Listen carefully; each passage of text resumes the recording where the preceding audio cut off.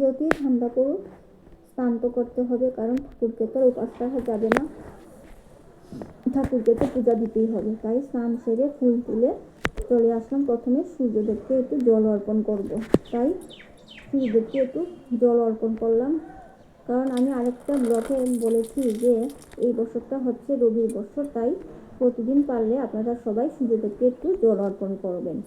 আমিও তাই করছি। আর দিকে দেখুন জ্যাকবাবু বসে আছে, ভাবছে কী করে সে ছাড়া পাবে। তারপরে যে আমার ছেলে এখানে শুয়ে আছে ছাদের উপরে। তারপর স্নান টান সেরে ঠাকুর পূজা সেরে চলে আসলাম।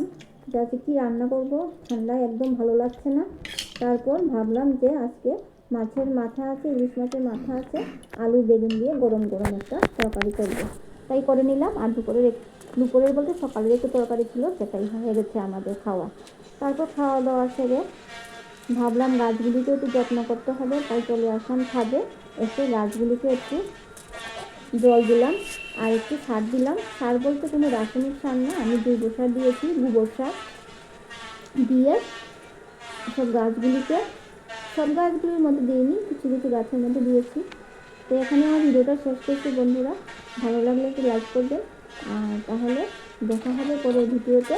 আপনারা সবাই ভালো থাকবেন, সুস্থ থাকবেন। টাটা।